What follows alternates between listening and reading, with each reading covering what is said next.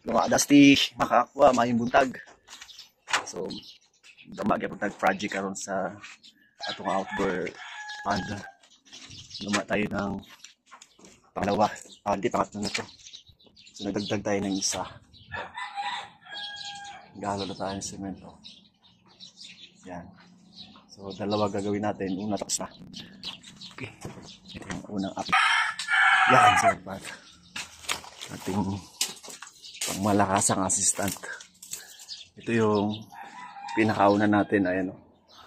Ayan o. Ang linaw po ng tubig niyan. Ayan, sobrang linaw ng tubig. Ayan, hindi po siya mukhang stagnant water. May lumot na. Ayan o. Tuwan-tuwa na yung mga isda natin. Ayan.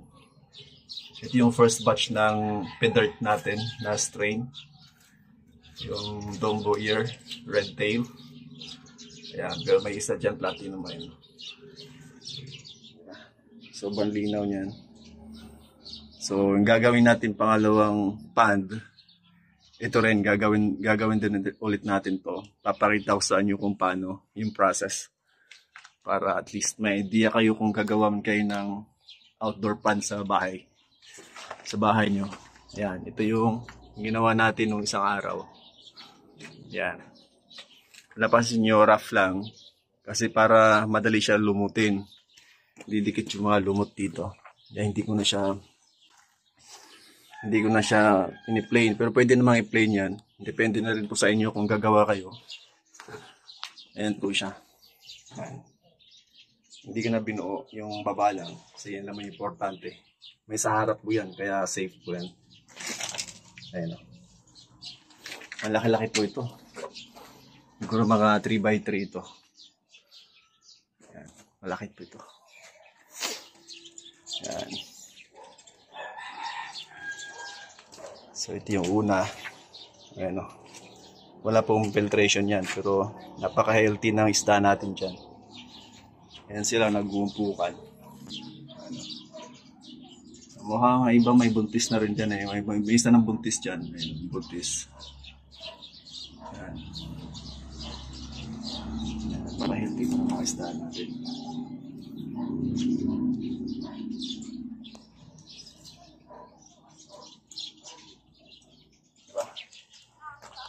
Marami pa po ito. Ito 1, 2, 3. So ito malaki-laki. Ito yung pinakamalaki na gagawin natin ngayon. Yan o. Yan. Laki niya. Okay. Samahan niyo ako. Mga dusty. Right. Samahan niyo ako. Let's go. Sakto kasi medyo mainit yung panahon. Kaya sagarin na natin. Wala namang project sa dusty yard natin. So, ito muna. Gagawin natin ito muna to. Kasi, lumalaki, tumadami na yung mga isda. Kaya kailangan nang mailipat yung iba. Okay?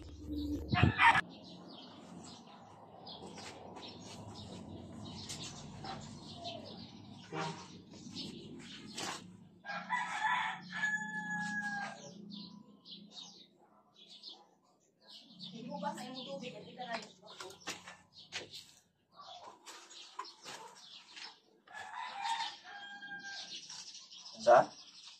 Basa-basa tubig, nakita ang pato. Os-os ba?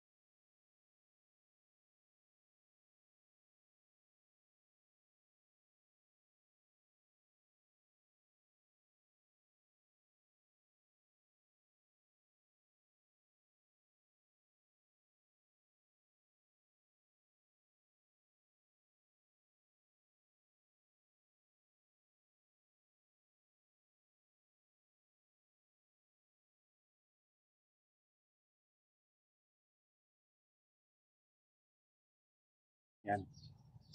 Tapos na natin malatag yung semento. Ayan. Check natin guys.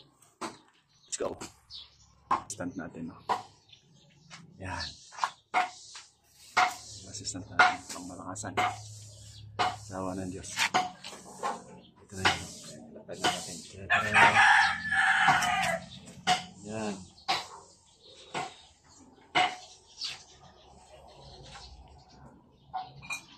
Tinilatag natin na.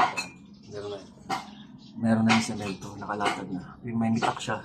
Tingnan natin kung pag nilagyan natin ang tubig, hindi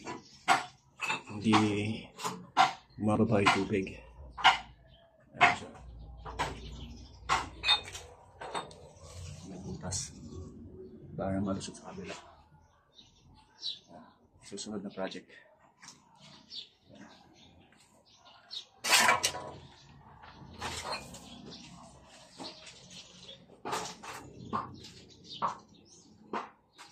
Yun, tingnan muna. Merienda muna tayo.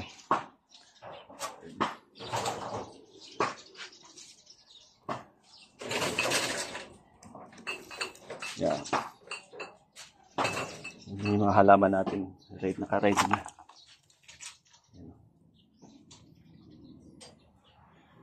Yes. Alright mga kapwa, good morning. Samahan nyo akong i-update yung outdoor plant natin. Sobrang lakas ng ulan kagabi. So hindi ko pa nalagyan ng pantapal yun ng semento. Pero check natin kasi sobrang lakas ng ulan. So sigurado maraming tubig yun. Tara, let's go. Okay, so nandito na tayo sa outdoor pond natin. Ito yung luma nating pond. Ibigyan natin ng pagkain yan mamaya ng lamok. Maraming lamok tayo nakuha. So dito tayo sa kabila.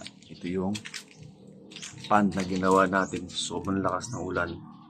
Ang dami yung tubig. Ayan, ang dami yung tubig.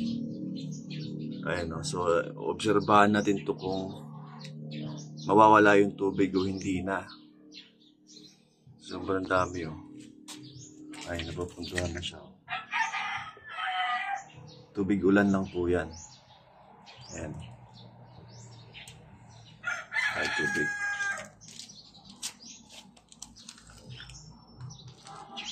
Ayan oh. So kung iinit ngayon, obserbahan natin kung mawala yung tubig. Doon tayo sa isa.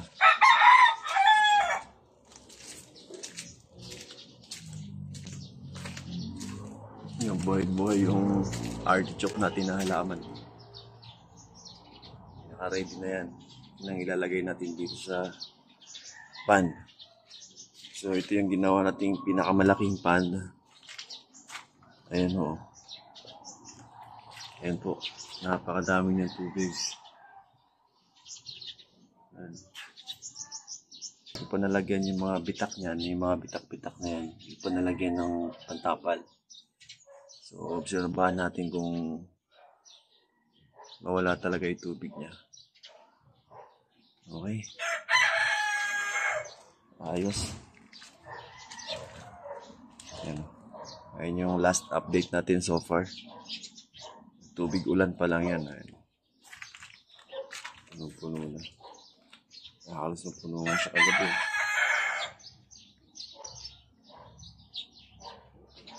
Okay. Samahan nyo kayo pakain yung mga lamok dun sa alaga natin. Mga breeder na to. Kanila pagkain.